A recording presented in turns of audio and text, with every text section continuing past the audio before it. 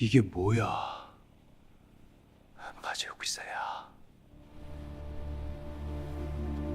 폭우가 쏟아지던 밤, 철거를 앞둔 강원도의 오래된 별장 지하에서 아무도 예상하지 못한 공간이 모습을 드러냈다. 콘크리트 벽 뒤 숨겨진 좁은 방 안에는 한 짝뿐인 어린아이 구두와 녹슨 머리핀, 그리고 1909 13년 11월이라고 적힌 낡은 카세트 테이프가 남아 있었다.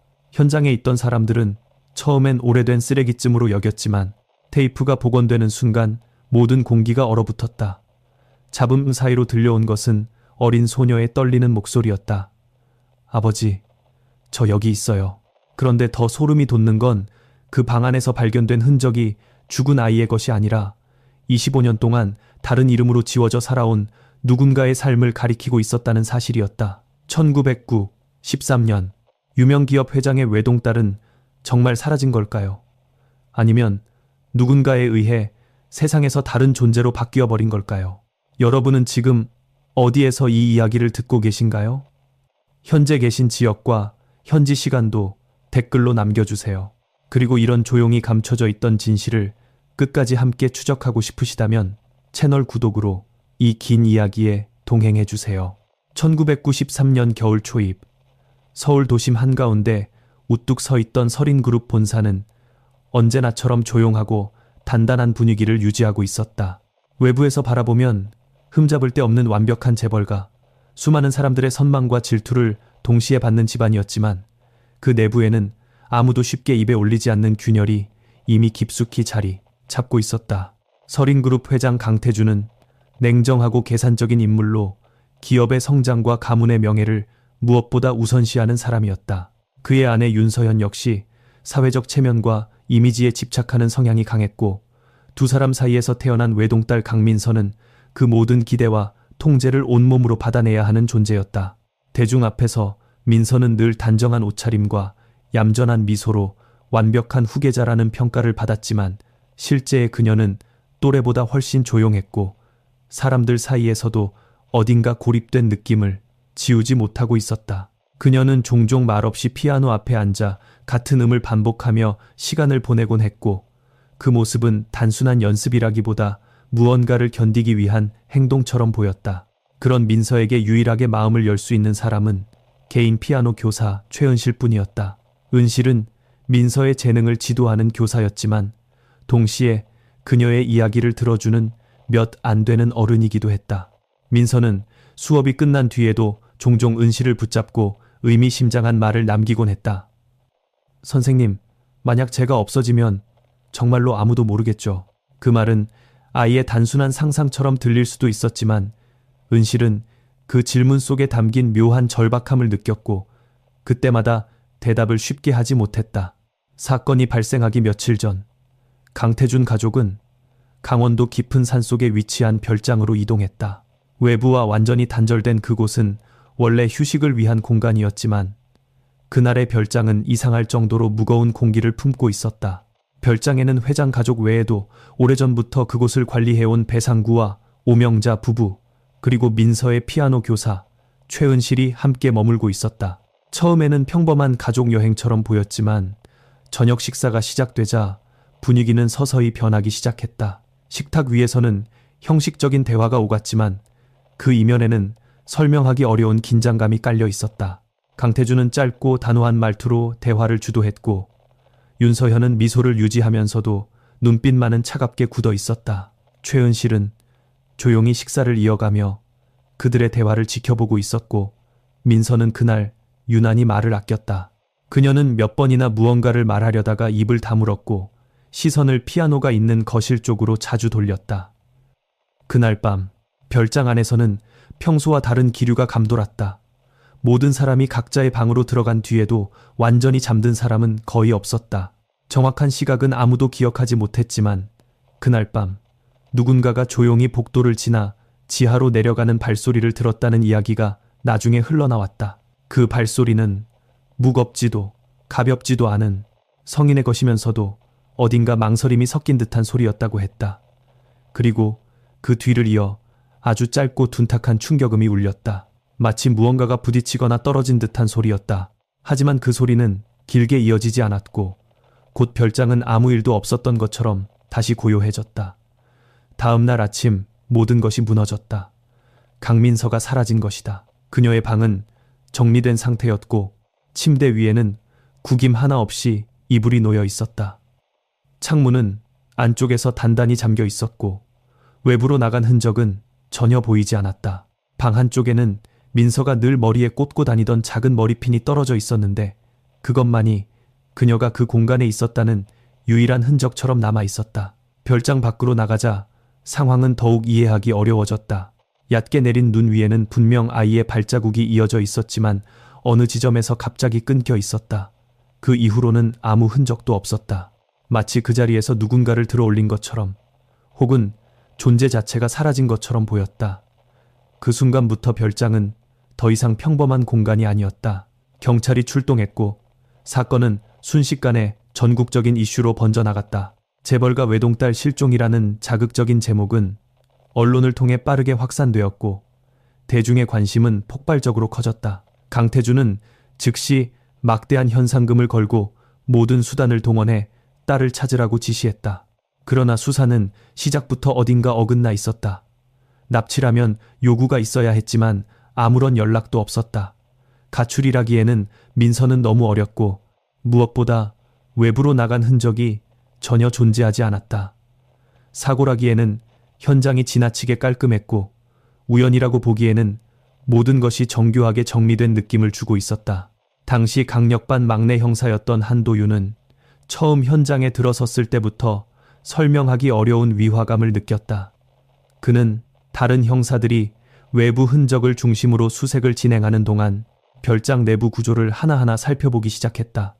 그리고 자연스럽게 그의 시선은 지하로 내려가는 계단 쪽으로 향했다. 계단 입구 근처 바닥에는 아주 미세한 흙먼지가 쌓여 있었는데 그것은 단순히 오래된 먼지와는 달랐다. 마치 최근에 무언가가 움직이며 남긴 흔적처럼 보였다. 더 이상한 것은 공기였다. 지하에서 올라오는 공기는 축축하면서도 어딘가 금속성 냄새가 섞여 있었고 그 냄새는 도윤의 기억 속에 오래 남을 만큼 강하게 각인되었다. 그는 잠시 계단 아래를 내려다보며 생각했다. 이 아래에 뭔가 있다. 그러나 그 생각은 곧 끊겨버렸다. 상부에서 내려온 지시였다. 지하는 나중에 확인한다. 우선 외부 수색부터 진행해. 그 말은 단순한 지시였지만 도윤에게는 이유 없는 차단처럼 느껴졌다. 그는 잠시 더 머뭇거리다가 결국 발걸음을 돌려야 했다. 그 순간 그가 내려가지 못했던 몇 걸음의 계단은 이후 25년 동안 그의 머릿속에서 사라지지 않는 장면으로 남게 된다. 한편 별장 관리인 오명자는 사건 직후부터 불안한 모습을 보였다. 그녀는 몇 번이나 도윤을 불러 세우려다가 말을 멈췄고 입을 열었다가 다시 다물기를 반복했다. 그녀의 눈빛에는 분명 무언가를 알고 있는 사람만이 가질 수 있는 흔들림이 있었다. 하지만 결국 그녀는 아무것도 말하지 않았다. 아니, 말하지 못했다는 표현이 더 정확했다. 수사가 진행될수록 사건은 점점 더 복잡해졌다. 언론은 경쟁 기업의 음모설, 국제 유괴, 조직 개입설 등 다양한 추측을 쏟아냈고 대중의 관심은 점점 더 자극적인 방향으로 흘러갔다. 그러나 정작 가장 중요한 질문은 여전히 남아 있었다. 강민서는 어떻게, 그리고 왜 그곳에서 사라졌는가? 별장 안에 있던 사람들 중 누구도 그 질문에 대한 명확한 답을 내놓지 못했다. 며칠 뒤 도윤은 민서의 방을 다시 조사하던 중 한 권의 낡은 동화책을 발견했다. 책의 일부 페이지는 찢겨 있었고 남아있는 부분에는 연필로 적힌 문장이 남아 있었다. 내가 없어져도 아무도 모를 거야. 그 문장은 단순한 아이의 낙서처럼 보였지만 도윤은 그 문장을 한참 동안 바라보았다. 그것은 우연히 남겨진 문장이 아니라 누군가에게 들려주고 싶었던 마지막 메시지처럼 느껴졌기 때문이다. 그리고 그 순간 그는 처음으로 이런 생각을 하게 된다. 이 사건은 단순한 실종이 아닐지도 모른다. 누군가가 이 모든 상황을 미리 알고 있었고 어쩌면 계획했을지도 모른다. 그리고 그 진실은 아직 아무도 손대지 못한 그 지하 어딘가에 남아있을지도 모른다. 수사는 계속되었지만 시간이 흐를수록 사건은 해결에 가까워지기보다 오히려 더 깊은 안개 속으로 들어가는 듯했다. 한도윤은 여전히 별장에서 느꼈던 위화감을 떨쳐내지 못한 채 사건에 얽힌 인물들을 하나씩 다시 들여다보기 시작했다. 표면적으로는 완벽해 보였던 가족, 그리고 그들을 둘러싼 사람들. 그러나 조금만 깊이 들여다보면 그 관계는 결코 단순하지 않았다. 먼저 윤서현. 그녀는 언제나 단정하고 우아한 모습으로 언론에 비춰졌지만 실제로는 극도로 통제적인 성향을 가진 인물이었다. 특히 딸 민서에 대해서는 지나칠 정도로 엄격했다. 민서의 일정은 분 단위로 관리되었고 친구 관계조차 철저히 제한되었다. 민서는 늘 모범적인 아이로 살아야 했고 실수조차 허용되지 않았다. 반면 강태주는 겉으로는 무심해 보였지만 딸에 대한 애정이 없는 것은 아니었다. 다만 그의 방식은 사랑이라기보다 투자에 가까웠다. 그는 민서를 자신의 후계자로 만들기 위해 필요한 것만 제공했고 감정적인 교류에는 서툴렀다. 이 두 사람 사이에서 민서는 점점 더 자신의 감정을 숨기게 되었고 그 결과 그녀는 누구에게도 완전히 속마음을 털어놓지 못하는 아이로 변해갔다. 유일한 예외가 바로 최은실이었다. 은실은 민서의 피아노 교사였지만 그 이상의 존재였다. 민서는 그녀에게 많은 자신의 두려움을 털어놓을 수 있었고 은실 역시 그런 민서를 단순한 제자가 아닌 보호해야 할 존재처럼 대했다. 그러나 수사가 진행되면서 은실의 과거가 하나둘 드러나기 시작했다. 그녀는 단순한 음악 교사가 아니었다. 몇 년 전 지방의 한 병원에서 비밀리에 출산한 기록이 있었고 그 아이의 행방은 공식적으로 남아있지 않았다. 이 사실은 처음에는 큰 의미 없이 지나갔지만 도윤의 머릿속에서는 점점 하나의 가능성으로 연결되기 시작했다. 그 아이는 지금 어디에 있는 걸까? 한편 별장 관리인 오명자의 행동 역시 점점 더 수상하게 보였다. 사건 직후 그녀는 분명 무언가를 말하려 했지만 이후 완전히 입을 닫았다. 도윤은 그녀를 따로 불러 몇 차례 대화를 시도했지만 돌아오는 것은 애매한 대답뿐이었다. 그러나 어느 날 오명자는 술에 취한 상태에서 아주 짧은 말을 남겼다.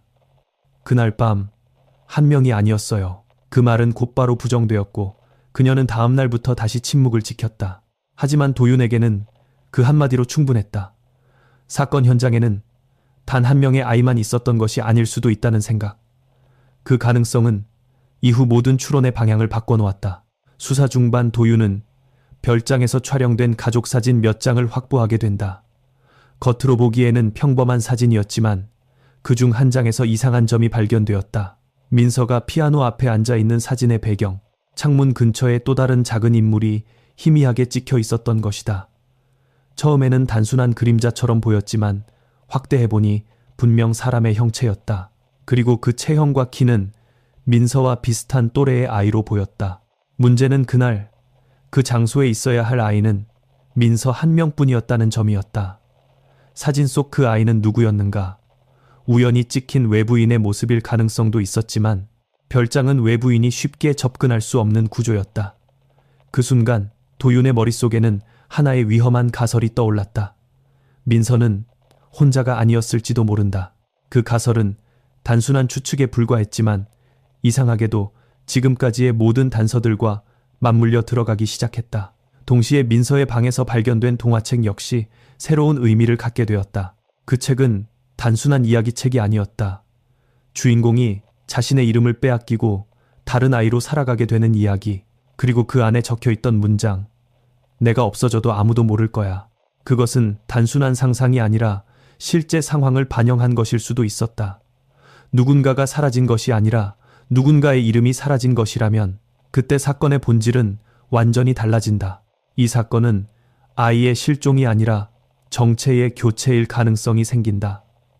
도윤은 그 가능성을 놓지 않고 은실의 행적을 다시 추적하기 시작했다. 그러나 이상하게도 사건이 발생한 직후 은실은 갑자기 자취를 감췄다. 연락은 끊겼고 그녀가 머물던 집도 정리된 상태였다. 마치 누군가가 그녀를 의도적으로 지워버린 것처럼. 더 이상한 것은 그 과정에서 어떤 공식 기록도 남아있지 않았다는 점이었다. 그녀는 존재했지만 동시에 존재하지 않는 사람처럼 사라졌다. 사건은 점점 더 비현실적인 방향으로 흘러가고 있었다. 그때 도윤에게 또 하나의 정보가 들어왔다. 별장 근처에서 일하던 일용직 노동자가 사건 전날 밤 별장 뒤편에서 두 개의 작은 그림자가 움직이는 것을 봤다는 증언이었다. 하나는 분명 아이였고 다른 하나도 그와 비슷한 크기였다고 했다. 그러나 그는 그 장면을 대수롭지 않게 넘겼고 사건이 커진 뒤에야 뒤늦게 기억을 떠올렸다. 그 증언은 공식적으로 채택되지 않았지만 도윤에게는 결정적인 조각처럼 느껴졌다. 퍼즐이 맞춰지고 있었다. 하지만 그 퍼즐은 점점 더 불길한 형태를 드러내고 있었다. 그때부터 도윤은 확신하게 된다. 그날 밤 별장에는 한 명의 아이만 있었던 것이 아니다. 그리고 사라진 것은 단순한 사람이 아니라 누군가의 자리였다. 그러나 그 진실에 다가가려 할수록 보이지 않는 무언가가 수사를 가로막기 시작했다. 상부에서는 사건의 방향을 외부 범죄로 몰아가려 했고 중요한 단서들은 하나둘 묻혀갔다. 결국 몇 달이 지나자 사건은 점점 관심에서 멀어졌고 수사는 흐지부지된 채 마무리되었다. 공식 기록에는 여전히 미제 실종 사건으로 남았다. 그러나 한도윤에게 이 사건은 결코 끝난 것이 아니었다. 그는 마지막으로 별장을 떠나기 전 다시 한번 지하로 내려가는 계단 앞에 섰다. 그날과 똑같은 자리였다. 그는 한동안 아무 말도 하지 않은 채 그 어둠을 바라보았다. 그리고 아주 짧게 중얼거렸다. 그날 내가 내려갔어야 했어. 그 말은 누구에게도 들리지 않았지만 그에게는 25년 동안 지워지지 않을 문장이 되어버렸다. 그리고 그 순간 그는 아직 알지 못했다. 그 지하에 남아있던 것은 단순한 흔적이 아니라 앞으로 그의 인생을 다시 끌어당기게 될 진실의 시작이었다는 것을. 25년이라는 시간은 많은 것을 덮어버리기에 충분했다. 사람들은 사건을 잊었고 언론도 더 이상 그 이름을 언급하지 않았다. 그러나 모든 것이 사라진 것은 아니었다. 한도윤에게만큼은 그날 밤 별장의 공기와 지하 계단 앞에서 멈춰섰던 순간이 여전히 현재처럼 생생하게 남아 있었다. 그는 형사로서 수많은 사건을 처리했지만 강민서 실종 사건만큼은 끝까지 놓지 못했다.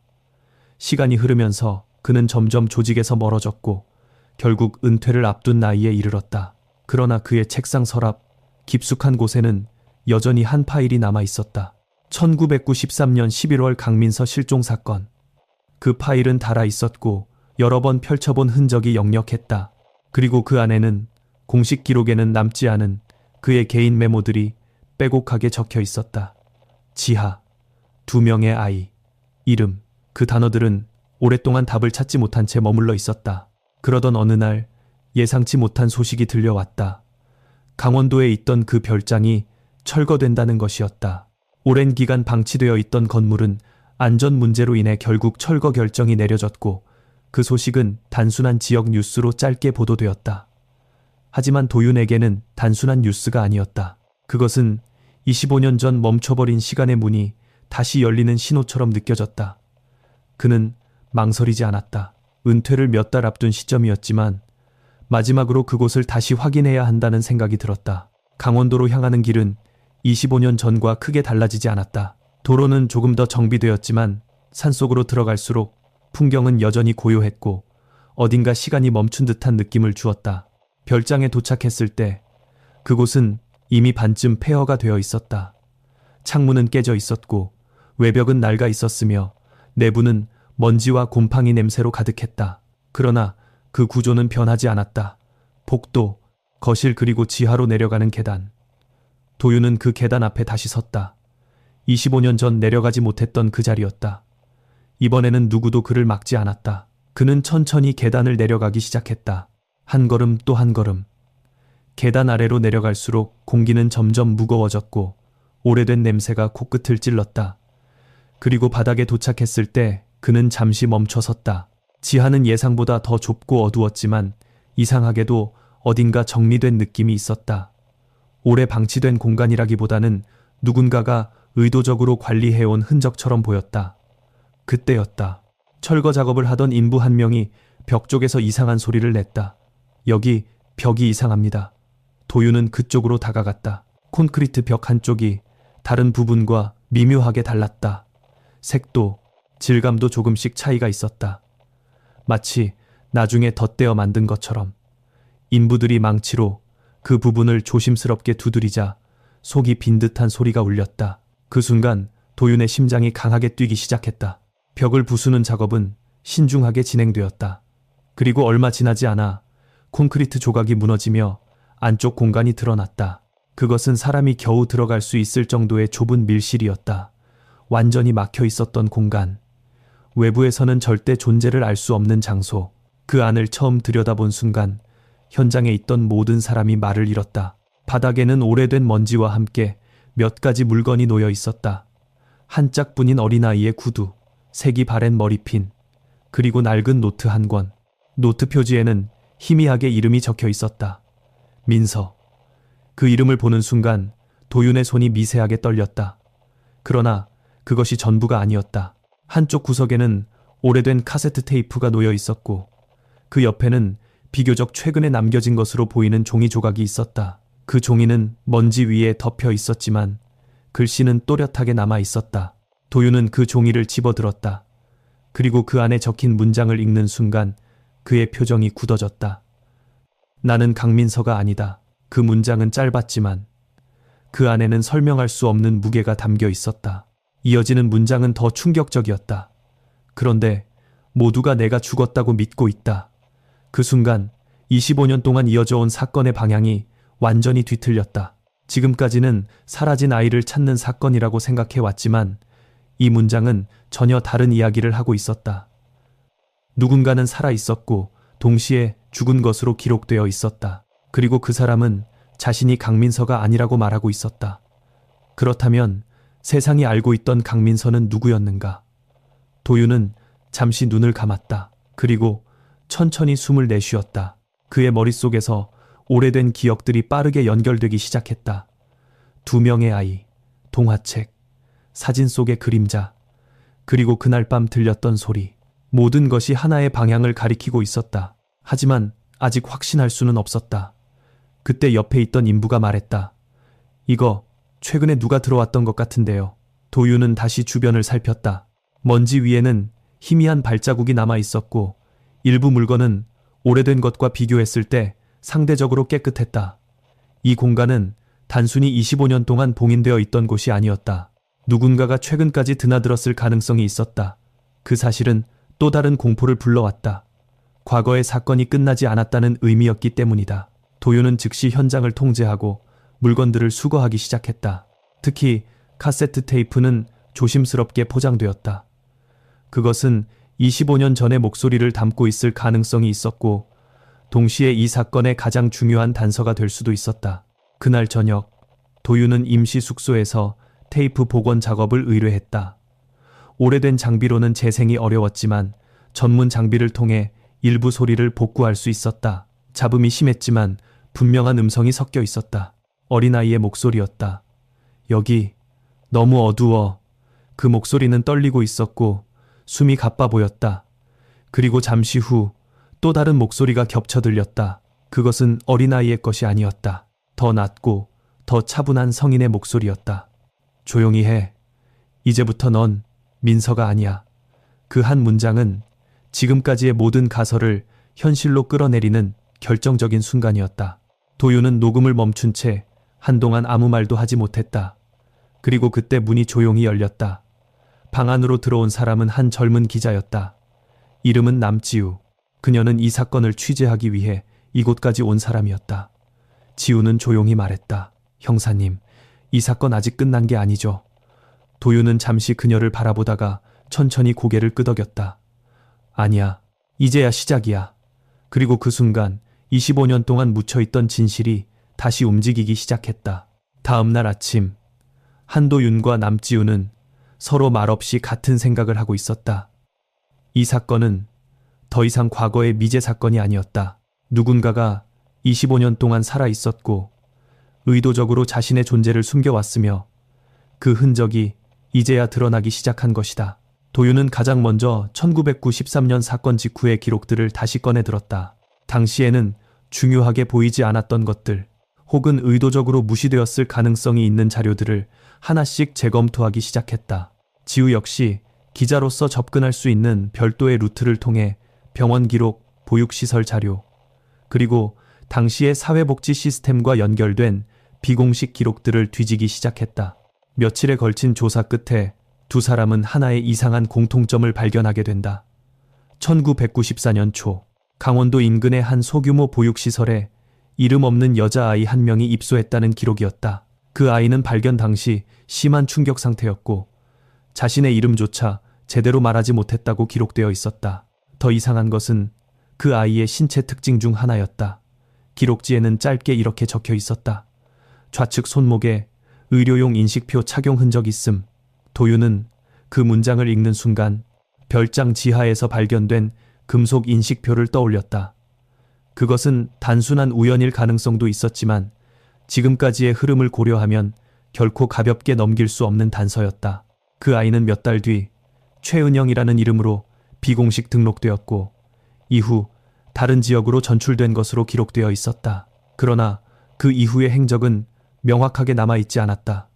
이름이 생겼지만 동시에 기록은 다시 흐려졌다. 마치 누군가가 최소한의 흔적만 남기고 의도적으로 흐릿하게 만든 것처럼. 지우는 이 기록을 보며 조용히 말했다. 이 이름, 최은영. 도윤은 잠시 생각하다가 고개를 들었다. 최은실. 두 이름은 분명 닮아 있었다. 우연일 수도 있었지만 지금까지 이어진 흐름 속에서는 그 유사성이 너무 노골적으로 느껴졌다. 두 사람은 곧바로 최은실의 과거를 더 깊이 파고들기 시작했다. 그 과정에서 드러난 사실은 점점 더 충격적이었다. 최은실은 사건 이전 지방의 한 병원에서 비밀리에 출산한 기록이 있었고 그 병원은 당시 서린그룹 산하재단으로부터 상당한 후원을 받고 있었다. 공식적으로는 아무런 문제가 없는 후원 관계였지만 그 시기와 사건의 타이밍이 절묘하게 겹쳐 있었다. 더 이상한 것은 그 병원에서 태어난 아이들 중 일부가 이후 기록에서 사라졌다는 점이었다. 사망 처리도 입양 기록도 없이 흔적이 끊긴 아이들. 그 숫자는 많지 않았지만 분명 존재했다. 도윤은 점점 더 확신하게 되었다. 이 사건은 단순히 한 아이가 사라진 사건이 아니다. 애초부터 아이의 존재 자체가 조작되었을 가능성이 있다. 그리고 그 중심에는 서린그룹과 연결된 구조가 있었다. 그때 지우가 새로운 정보를 들고 돌아왔다. 형사님, 이거 보셔야 해요. 그녀가 가져온 것은 1990년대 후반 한 지방도시의 학교 기록이었다. 그 안에는 서유진이라는 이름의 학생이 있었다. 특별한 점은 없었지만 입학 당시 건강기록에 짧은 메모가 남아 있었다. 과거 기억 일부 결손, 그리고 그 옆에는 같은 문장이 반복되어 있었다. 자기 신원에 대한 혼란 증상 있음. 도윤은 그 기록을 한참 동안 바라보았다. 그리고 조용히 물었다. 지금 이 사람 어디 있어? 지우는 이미 답을 알고 있었다. 찾았어요. 지금도 한국에 있어요. 그날 오후 두 사람은 그 주소를 향해 이동했다. 서울에서 멀지 않은 작은 도시, 조용한 주택가 한쪽에 위치한 건물이었다. 간판에는 미술심리치료센터라고 적혀 있었다. 문을 열고 들어갔을 때 내부는 따뜻하고 조용한 분위기였다. 벽에는 아이들이 그린 그림들이 걸려 있었고 은은한 음악이 흐르고 있었다. 잠시 후 한 여성이 모습을 드러냈다. 서유진. 그녀는 차분한 눈빛과 부드러운 말투를 가진 사람이었다. 겉으로 보기에는 평범했고 오히려 안정적인 삶을 살아온 사람처럼 보였다. 그러나 도윤의 시선은 자연스럽게 그녀의 손목으로 향했다. 왼쪽 손목, 그곳에는 오래전에 무언가를 착용했던 듯한 희미한 흉터가 남아 있었다. 아주 오래된 흔적이었다. 도윤과 지우는 조심스럽게 그녀에게 접근했다. 처음에는 단순한 인터뷰 요청처럼 시작했지만 점점 대화의 방향은 과거로 흘러갔다. 어린 시절 기억 많이 나세요? 유진은 잠시 생각하다가 고개를 저었다. 아니요. 거의 없어요. 보육원에서 자랐다는 것만 알고 있어요. 그녀의 대답은 담담했지만 그 안에는 어딘가 미묘한 공백이 느껴졌다. 도윤은 한 걸음 더 다가갔다. 혹시 이름에 대해 혼란을 느낀 적은 없습니까? 그 질문에 유진의 눈빛이 아주 잠깐 흔들렸다. 아주 미세한 변화였지만 놓칠 수 없는 반응이었다. 그녀는 잠시 말을 멈췄다가 낮은 목소리로 말했다. 어릴 때 가끔 그런 생각을 했어요. 이 이름이 제 이름이 아닌 것 같다는 느낌. 그 순간 방 안의 공기가 무겁게 가라앉았다. 지우는 아무 말도 하지 않았고 도윤 역시 더 이상의 질문을 하지 않았다. 그러나 이미 충분했다. 퍼즐의 한 조각이 정확한 위치에 들어맞는 순간이었다. 대화를 마치고 나오는 길, 지우가 조용히 말했다. 형사님, 이 사람이. 도윤은 고개를 저었다. 아직 확정할 수 없어. 그러나 그의 눈빛은 이미 흔들리고 있었다. 그날 밤 도윤은 다시 별장에서 가져온 물건들을 정리하고 있었다. 그리고 그중 낡은 연습 노트를 펼쳤다.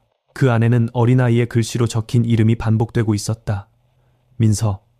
그러나 그 글씨는 일정하지 않았다. 어떤 부분은 또박또박했고 어떤 부분은 어딘가 어색했다. 마치 두 사람이 번갈아 쓴 것처럼. 그 순간 도윤의 손이 멈췄다. 그리고 아주 천천히 그는 혼잣말처럼 중얼거렸다. 2명이었어. 그 말은 단순한 추측이 아니었다. 지금까지의 모든 단서가 가리키는 하나의 방향이었다. 그리고 그 방향의 끝에는 아직 완전히 드러나지 않은 진실이 기다리고 있었다. 하지만 동시에 누군가는 여전히 그 진실을 숨기려 하고 있었다. 그리고 그 사실은 곧 더 위험한 움직임으로 이어지기 시작했다. 서유진과의 만남 이후 사건은 더 이상 과거의 기록 속에 머무르지 않았다. 그것은 현재에도 살아 숨쉬는, 그리고 누군가가 여전히 통제하려 하고 있는 이야기로 변해가고 있었다. 한도윤은 그날 이후 잠을 제대로 이루지 못했다. 그의 머릿속에는 계속해서 같은 질문이 맴돌았다. 서유진은 누구인가? 그리고 더 깊은 질문. 그렇다면 강민서는 누구였는가? 다음 날 도윤과 남지우는 다시 유진을 찾아갔다. 이번에는 단순한 인터뷰가 아니었다. 그들은 더 이상 우회하지 않기로 했다. 조용한 상담실 안 세 사람은 마주 앉아 있었다. 유진은 처음보다 경계심이 분명해 보였지만 동시에 어딘가 지쳐있는 듯한 표정이었다. 도윤은 천천히 말을 꺼냈다. 유진 씨, 혹시 특정 소리나 장소를 보면 이유 없이 불안해지는 경험 있으십니까? 유진은 잠시 눈을 내리깔았다가 고개를 끄덕였다. 어두운 공간, 특히 계단 아래쪽 같은 곳에 가면 숨이 막히는 느낌이 들어요. 이유는 모르겠지만 어릴 때부터 그랬어요. 그 말은 예상과 정확히 일치했다. 도윤은 조심스럽게 테이블 위에 작은 녹음 장치를 올려놓았다. 그리고 별장에서 복원한 카세트 테이프 일부를 재생했다. 잡음이 섞인 음성이 방 안에 퍼졌다. 여기 너무 어두워. 그 순간 유진의 몸이 굳었다. 그녀의 손이 미세하게 떨리기 시작했고 숨이 가빠졌다. 이어서 들려온 또 다른 목소리. 조용히 해. 이제부터 넌 민서가 아니야. 그 문장이 끝나는 순간 유진은 자리에서 벌떡 일어나 뒤로 물러났다. 꺼주세요. 그거 꺼주세요. 그녀의 반응은 단순한 놀람이 아니었다. 그것은 몸이 기억하고 있는 공포였다. 도윤은 즉시 재생을 멈췄다. 방 안에는 무거운 침묵이 흘렀다. 몇 분이 지나고 나서야 유진은 다시 천천히 자리에 앉았다. 그녀는 손으로 이마를 짚은 채 낮게 중얼거렸다. 이 목소리 들어본 적 있어요. 지우가 조심스럽게 물었다. 누구 목소리 같아요? 유진은 바로 대답하지 못했다. 대신 눈을 감고 기억을 더듬듯 말했다. 여자였어요. 따뜻한 목소리였는데 그날은 무서웠어요. 그녀의 말은 단편적이었지만 분명 어떤 기억의 조각이 깨어나고 있었다. 그리고 그 조각들은 점점 하나의 장면으로 이어지기 시작했다. 어두운 공간, 좁은 벽, 그리고 2명의 아이.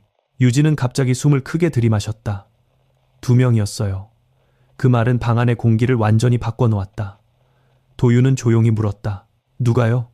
유진은 눈을 뜨지 않은 채 계속 말했다. 그리고 또 1명, 저랑 똑같은 옷을 입고 있었어요. 그 순간 도윤의 심장이 강하게 뛰기 시작했다. 사진 속 그림자 연습 노트에 다른 필체 오명자의 말, 모든 것이 하나로 이어지고 있었다. 유진은 계속해서 말을 이어갔다. 그 애가 울고 있었어요. 계속 내 이름 돌려줘 라고. 그 말이 끝나는 순간 그녀의 목소리는 완전히 떨리고 있었다. 그리고 그 다음 장면이 떠오른 듯 그녀의 표정이 급격히 굳어졌다. 그리고 누군가가 내려왔어요. 도윤은 숨을 죽였다. 누구였습니까? 유진은 잠시 침묵했다. 그리고 아주 천천히 입을 열었다. 아주 차가운 사람이었어요. 그 표현은 이름보다 더 정확했다. 도윤은 이미 그 사람이 누구인지 짐작하고 있었다. 윤서현. 그날 밤 지하로 내려온 사람. 그리고 모든 것을 바꾸려 했던 인물. 유진은 더 이상 말을 이어가지 못했다. 기억은 거기서 끊긴 듯했다. 그녀는 고개를 숙인 채 한동안 아무 말도 하지 않았다. 도윤은 더 이상 질문하지 않았다. 지금 중요한 것은 강제로 끄집어내는 것이 아니라 스스로 이어지게 하는 것이었다. 그날 이후 유진은 점점 더 많은 기억의 파편을 떠올리기 시작했다. 특정 음악, 특정 냄새, 특정 단어들이 트리거가 되었다. 특히 피아노 소리를 들을 때마다 그녀는 강한 불안을 느꼈고 동시에 설명할 수 없는 친숙함도 함께 느꼈다. 그것은 단순한 취향이 아니라 몸 깊숙이 남아있는 기억이었다. 한편 도윤과 지우는 동시에 외부 조사도 병행했다. 그리고 마침내 오랫동안 침묵하고 있던 인물 한 명이 다시 등장한다. 별장 관리인 오명자. 그녀는 갑작스럽게 도윤에게 연락을 해왔다. 목소리는 떨리고 있었고 주변을 의식하는 듯 낮게 말했다. 형사님, 이제 말해야 할 것 같아요. 두 사람은 곧바로 약속 장소로 향했다. 오래된 식당의 한 구석자리 오명자는 이미 도착해 있었다. 그녀의 얼굴은 25년 전보다 훨씬 늙어 있었고 눈빛에는 깊은 피로가 담겨 있었다. 도윤이 자리에 앉자 그녀는 곧바로 입을 열었다. 그날 밤 지하에 있던 건 한 아이가 아니었어요. 그 말은 이미 예상하고 있었지만 실제로 듣는 순간 무게는 전혀 달랐다. 2명이었어요. 똑같이 생긴 건 아니었지만 같은 옷을 입고 있었어요. 지우가 숨을 죽였다. 오명자는 계속해서 말했다. 그리고 사모님이 내려오셨어요. 윤서연 사모님. 그녀의 목소리는 점점 더 낮아졌다. 그 뒤에 선생님도 있었어요. 최은실 선생님. 무릎 꿇고 있었어요. 울고 있었어요. 그 장면은 단순한 충돌이 아니었다. 그것은 이미 오래전부터 쌓여온 갈등이 터진 순간이었다. 도윤은 조용히 물었다. 그 다음엔 어떻게 됐습니까? 오명자는 입술을 떨며 대답했다. 소리가 났어요. 누가 넘어지는 소리. 그리고 아이가 울었어요. 둘 다. 그녀는 말을 멈췄다. 그리고 고개를 저었다. 그 다음은 기억 안 나요. 아니, 기억하기 싫어요. 잠시 후 그녀는 아주 작은 목소리로 덧붙였다. 그날 없어진 건 아이 하나가 아니었어요. 도윤은 아무 말도 하지 않았다. 이미 그 말의 의미를 알고 있었기 때문이다. 오명자는 마지막으로 고개를 들었다. 그리고 도윤을 똑바로 바라보며 말했다. 이름이었어요. 그 한마디는 25년 동안 흐릿했던 사건의 중심을 정확히 꿰뚫고 있었다. 그러나 그날 밤 그 진실을 말한 대가는 곧바로 찾아왔다. 오명자는 식당을 나간 이후 연락이 끊겼다. 그녀의 집에는 아무도 없었고 휴대전화 역시 꺼져 있었다. 마치 누군가가 그녀의 존재를 다시 지워버린 것처럼. 그리고 그 사실은 분명했다. 누군가는 여전히 이 사건을 숨기고 있었다. 그리고 그들은 생각보다 가까운 곳에 있었다. 오명자의 실종은 우연이 아니었다. 한도윤은 그 사실을 너무도 잘 알고 있었다. 25년 전 진실에 가장 가까이 다가갔던 순간마다 보이지 않는 힘이 개입했고 지금도 같은 일이 반복되고 있었다. 남지우 역시 불안함을 느끼고 있었지만 동시에 이 사건의 중심에 점점 가까워지고 있다는 확신도 가지고 있었다. 두 사람은 더 이상 시간을 끌 수 없다고 판단했다. 이제는 사건의 가장 깊은 뿌리, 즉 윤서연과 최은실의 관계를 파헤쳐야 했다. 그 시작은 오래된 병원 기록과 재단의 흐름을 연결하는 것이었다. 수많은 문서와 증언을 이어붙인 끝에 점점 하나의 그림이 완성되기 시작했다. 그리고 그 그림은 상상보다 훨씬 더 잔혹했다. 윤서연은 결혼 후 오랫동안 아이를 갖지 못했다. 수차례의 시도 끝에 겨우 얻은 아이는 외부에 알려진 것과 달리 건강에 문제가 있었다는 정황이 드러났다. 공식 기록에는 남아있지 않았지만 당시 병원 관계자의 익명 증언에 따르면 그 아이는 발달 이상 가능성이 있었고 지속적인 치료가 필요할 수도 있는 상태였다고 한다. 서린그룹이라는 이름, 그리고 그 가문이 유지해온 완벽한 이미지. 윤서연에게 그 사실은 받아들이기 어려운 현실이었다. 반면 같은 시기 최은실 역시 아이를 낳았다. 그녀는 경제적으로 불안정한 상태였고 아이를 혼자 키우기 어려운 상황에 놓여 있었다. 그리고 바로 그 지점에서 두 사람의 삶이 교차하게 된다. 정확한 합의가 있었는지 아니면 점진적인 압박이 있었는지는 명확하지 않았지만 한 가지는 분명했다. 두 아이의 존재는 처음부터 서로 얽혀 있었다. 시간이 흐르면서 설인가에서는 점점 더 위험한 선택을 하기 시작했다. 외부에 보여지는 강민서라는 이름은 완벽해야 했다. 건강하고 영리하며 결점이 없어야 했다. 그리고 그 기준에 맞지 않는 아이는 점점 더 보이지 않는 곳으로 밀려났다. 반대로 그 기준에 부합하는 아이는 민서라는 이름을 부여받았다. 이름은 단순한 호칭이 아니라 존재 자체를 규정하는 도구가 되어버렸다. 그러나 아이들은 자라났다. 그리고 아이들은 결국 서로를 알게 되었다. 그 사실이 모든 것을 무너뜨리는 시작이었다. 1993년 별장으로 향하기 직전 이미 균열은 한계에 도달해 있었다.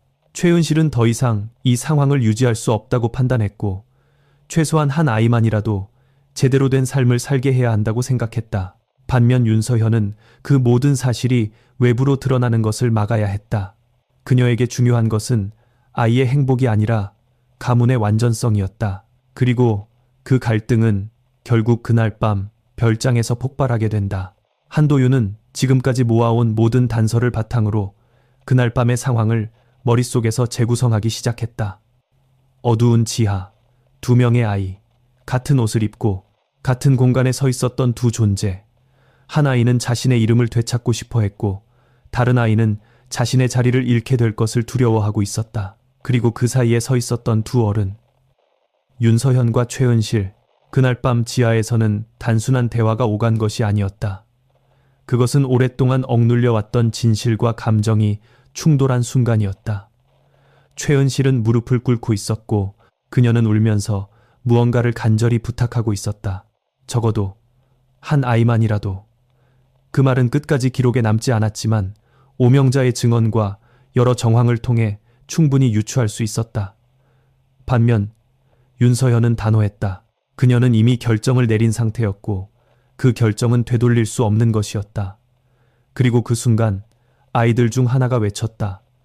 내 이름 돌려줘. 그 외침은 단순한 말이 아니었다. 그것은 존재를 요구하는 절규였다. 그 다음 순간 상황은 걷잡을 수 없이 무너졌다. 누군가가 밀렸고 누군가가 넘어졌다. 둔탁한 충격음. 그리고 이어지는 울음. 두 아이의 울음소리가 동시에 울려 퍼졌다는 오명자의 말은 그 장면이 얼마나 혼란스러웠는지를 그대로 보여주고 있었다. 그러나 그 이후의 장면은 여전히 완전히 밝혀지지 않았다. 누가 다쳤고 누가 그 자리에 남았는지, 누가 그 공간을 떠났는지 그것은 아직까지도 완전히 드러나지 않은 부분이었다. 다만 한 가지는 분명했다.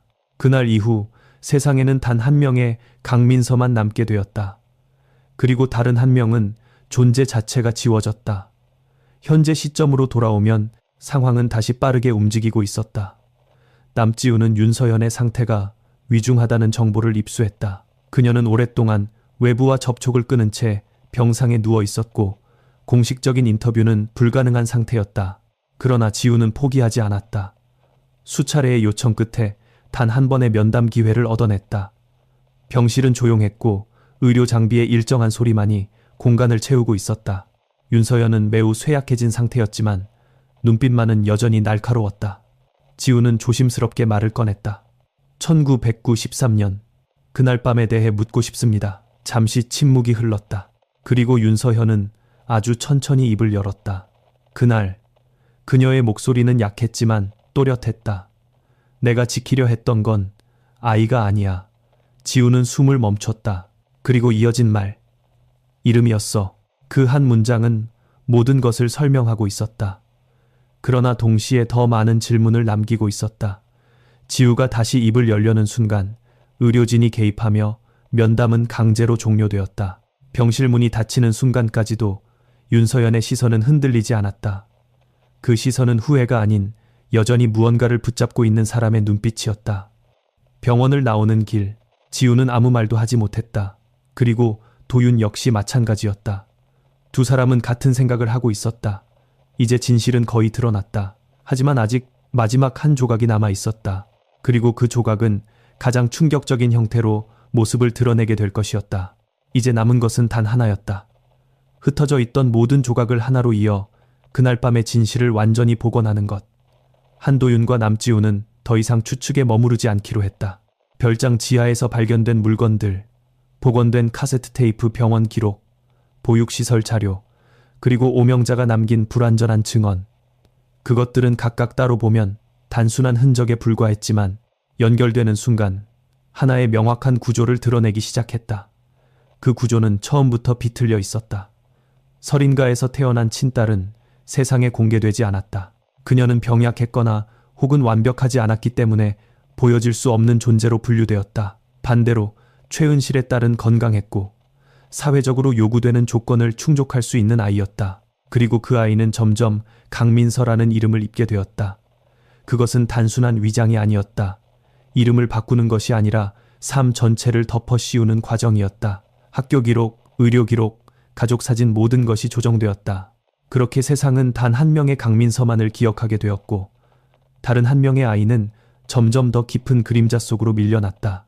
그러나 아이들은 자랐고 진실은 완전히 가려지지 않았다. 두 아이는 서로의 존재를 알게 되었고 그 순간부터 이 균형은 유지될 수 없는 상태에 이르렀다. 그날 밤 별장에서 벌어진 일은 단순한 사고가 아니었다. 그것은 오래된 거짓이 무너지는 순간이었다. 지하 공간에서 두 아이는 서로를 마주하고 있었다. 같은 옷, 비슷한 나이. 그러나 전혀 다른 위치에 서 있던 두 존재. 한 아이는 외쳤다. 내 이름을 돌려줘. 그것은 단순한 감정이 아니라 자신의 삶을 되찾으려는 마지막 시도였다. 다른 한 아이는 두려움에 떨고 있었다. 자신이 지금까지 살아온 모든 것이 사라질 수 있다는 공포. 그리고 그 사이에서 윤서현은 결정을 내려야 했다. 그녀는 이미 오래전에 선택한 사람이었다. 완벽한 이름을 유지하는 것. 그것이 그녀에게는 가장 중요한 일이었다. 최은실은 그 선택을 막으려 했다. 최소한 두 아이 모두를 살릴 방법을 찾으려 했다. 그러나 그 시도는 너무 늦었다. 언쟁은 격해졌고 결국 물리적인 충돌로 이어졌다. 누군가 밀렸고 누군가 넘어졌다. 그리고 그 순간 균형은 완전히 무너졌다. 기록에 남지 않은 그 몇 초 동안 한 아이의 운명은 결정되었다. 그러나 그 결정은 단순히 죽음이나 생존으로 나뉘지 않았다. 그날 이후 윤서현은 모든 것을 다시 설계했다. 대외적으로 알려진 강민서는 실종된 것으로 만들었다. 그것은 사건을 외부로 돌리는 가장 효과적인 방법이었다. 동시에 숨겨졌던 친딸은 완전히 다른 신분으로 바뀌어 시설로 보내졌다. 그녀는 이름을 잃었고 과거를 잃었으며 기억조차 흐려지도록 방치되었다. 그렇게 세상에는 하나의 사건만 남게 되었다. 외동딸 실종. 그러나 실제로 사라진 것은 단순한 사람이 아니었다. 하나의 이름, 하나의 존재, 그리고 두 아이의 삶 전체였다. 시간이 흐르면서 사건은 잊혀졌고 새로운 삶들이 시작되었다. 그러나 완전히 끝난 것은 아니었다. 대외적으로 강민서로 살아왔던 아이, 즉 최은실의 딸은 성장하면서 점점 더 많은 의문을 가지게 되었다. 자신의 과거에 대한 모순 기록의 불일치, 그리고 설명되지 않는 기억의 공백. 그녀는 결국 진실에 접근하게 되었고 그 사실은 다시 한번 비극을 불러왔다. 몇 년 뒤 그녀는 별장으로 돌아왔다. 그곳은 이미 사용되지 않는 공간이었지만 그녀에게는 모든 것이 시작된 장소였다. 그녀는 그곳에서 윤서현과 다시 마주했을 가능성이 높았다. 그리고 그 만남은 평화롭지 않았을 것이다. 별장 지하 깊숙한 곳. 처음 발견된 공간보다 더 안쪽에서 추가적인 구조가 드러났을 때 그 가능성은 확신으로 바뀌었다. 철거 작업 중 인부들은 또 다른 막힌 공간을 발견했다. 이번에는 더 깊고 더 철저하게 숨겨진 곳이었다. 벽을 허무는 순간 공기 자체가 달라졌다. 오래된 냄새와 함께 설명할 수 없는 무거운 기운이 퍼졌다. 그 안에서 발견된 것은 물건이 아니었다. 사람의 흔적이었다. 그리고 곧 그것은 명확한 형태를 드러냈다. 성인 여성의 유골. 그 순간 현장은 다시 얼어붙었다. 이것은 단순한 과거의 잔해가 아니었다. 그것은 사건이 한 번이 아니라 두 번 반복되었음을 의미했다. 1993년, 그리고 그 이후의 어느 시점, 누군가는 다시 이곳으로 돌아왔고 그리고 다시 사라졌다. 도윤은 그 유골을 바라보며 아무 말도 하지 않았다. 그의 머릿속에서는 이미 결론이 내려지고 있었다. 이건 끝난 사건이 아니었어. 그 유골의 정체는 아직 확인되지 않았지만 지금까지의 흐름은 하나의 방향을 가리키고 있었다. 대외적으로 강민서로 살아왔던 아이. 그리고 진실을 알게 된 후 다시 그 이름을 되찾으려 했던 존재. 그녀는 결국 다시 지워진 것이다. 이번에는 완전히. 그 사실은 이 사건이 단순한 과거의 비극이 아니라 반복된 선택의 결과라는 것을 보여주고 있었다. 그리고 그 선택은 언제나 같은 방향이었다. 이름을 지키기 위해 사람을 버린다. 그 구조는 한 번도 변하지 않았다. 도윤은 천천히 눈을 감았다. 그리고 다시 떴다. 이제 남은 것은 단 하나였다. 이 모든 것을 세상에 드러내는 것. 그러나 그는 알고 있었다. 이 진실은 단순히 밝혀진다고 해서 끝나는 것이 아니라는 것을. 그것은 너무 많은 시간을 지나왔고 너무 많은 삶을 바꿔버린 이야기였다. 그리고 그 중심에는 아직 완전히 무너지지 않은 이름이 남아 있었다. 유골의 신원 확인은 예상보다 오래 걸리지 않았다. 법의학 감식 결과 그것은 10대가 아닌 성인 여성의 것이었고 사망 시점 역시 1993년과는 상당한 시간 차이가 있었다.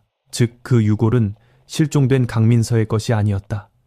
이 사실 하나만으로도 사건의 구조는 완전히 뒤집혔다. 한도윤은 결과 보고서를 들고 한동안 아무 말도 하지 못했다. 그리고 천천히 고개를 들었다. 이건 두 번째 사건이다. 남지우 역시 그 의미를 이해하고 있었다.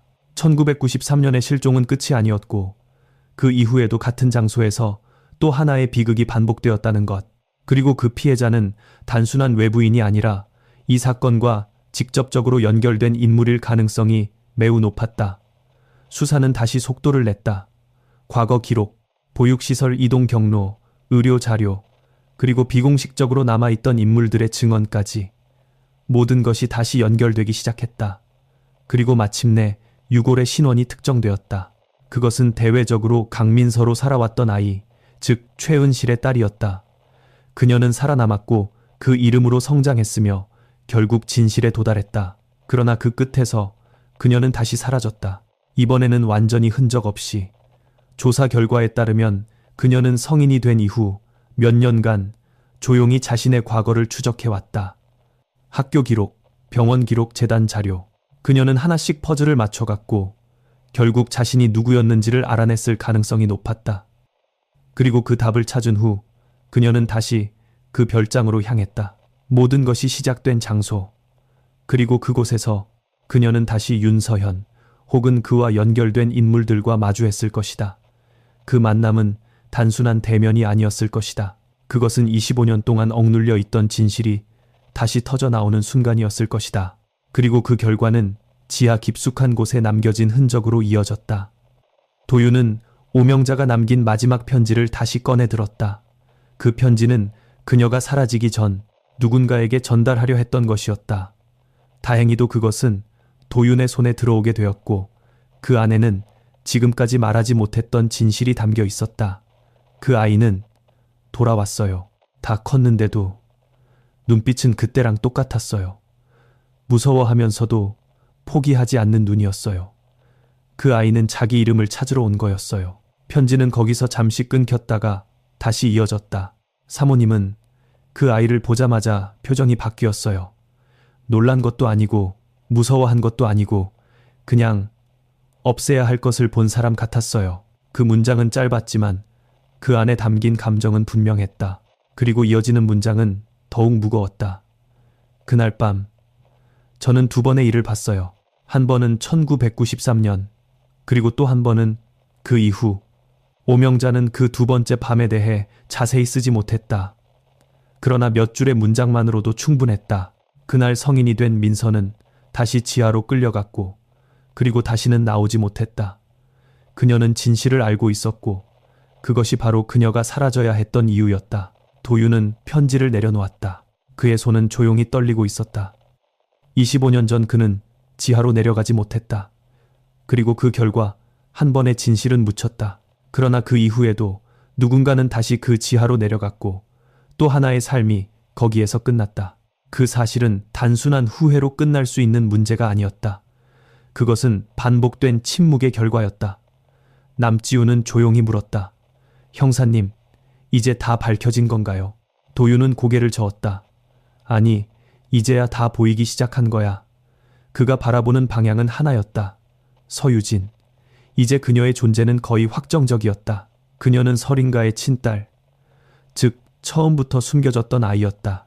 그리고 그녀는 25년 동안 다른 이름으로 살아왔다. 아무것도 모른 채, 자신의 이름이 무엇인지도, 왜 그런 삶을 살게 되었는지도 모른 채 도윤은 그녀를 다시 찾아갔다. 이번에는 더 이상 돌려 말하지 않았다. 그는 모든 자료를 테이블 위에 내려놓았다. 사진 기록, DNA 분석 결과, 그리고 조용히 말했다. 유진 씨, 당신은 강태준 회장의 딸입니다. 그 말은 무겁게 떨어졌다. 그러나 유진은 예상외로 크게 놀라지 않았다. 그녀는 한참 동안 아무 말도 하지 않다가 아주 조용히 입을 열었다. 그럼 저는 누구였던 거죠? 그 질문에는 단순한 혼란이 아니라 깊은 공허가 담겨 있었다. 도윤은 쉽게 대답할 수 없었다. 그녀는 누구였는가? 버려진 아이였는가? 아니면 숨겨진 존재였는가? 아니면 단지 누군가의 선택에 의해 이름을 빼앗긴 사람일 뿐이었는가? 결국 그는 이렇게 말했다. 당신은 한 번도 선택된 적이 없는 사람이었습니다. 그 말은 잔인했지만 동시에 가장 정확한 표현이었다. 유진은 고개를 끄덕였다. 눈물이 흐르지는 않았지만 그녀의 표정은 완전히 무너져 있었다. 그녀가 되찾은 것은 부와 혈통이 아니었다. 그것은 단지 자신이 평생 무엇을 잃고 살아왔는지를 알게 된 것뿐이었다. 그리고 그 사실은 어떤 진실보다도 더 무거웠다. 남지우의 보도는 예상보다 훨씬 빠르게 세상에 퍼져나갔다.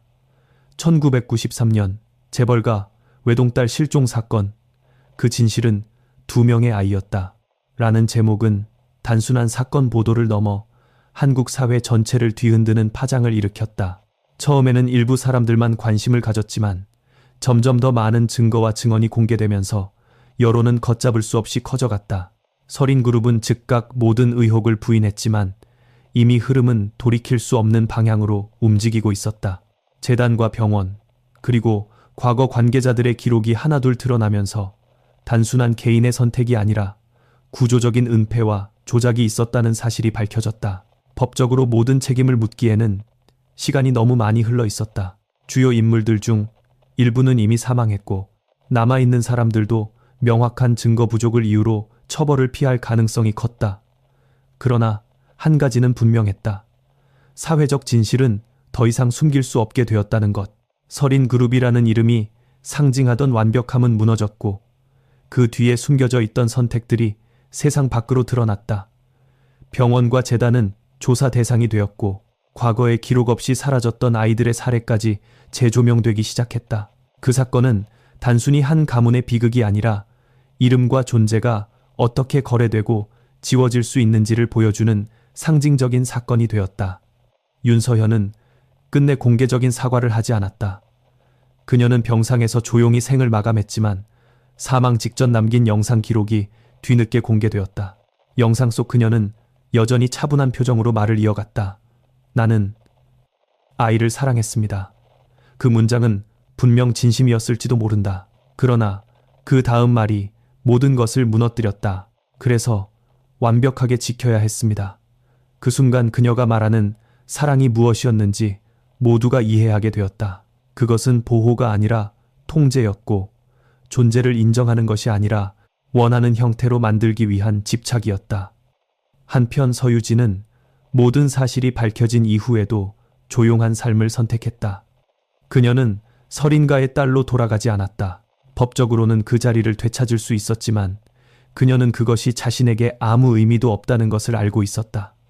그녀가 잃어버린 것은 단순한 신분이 아니라 자신의 시간과 기억, 그리고 선택할 수 있었던 모든 가능성이었다.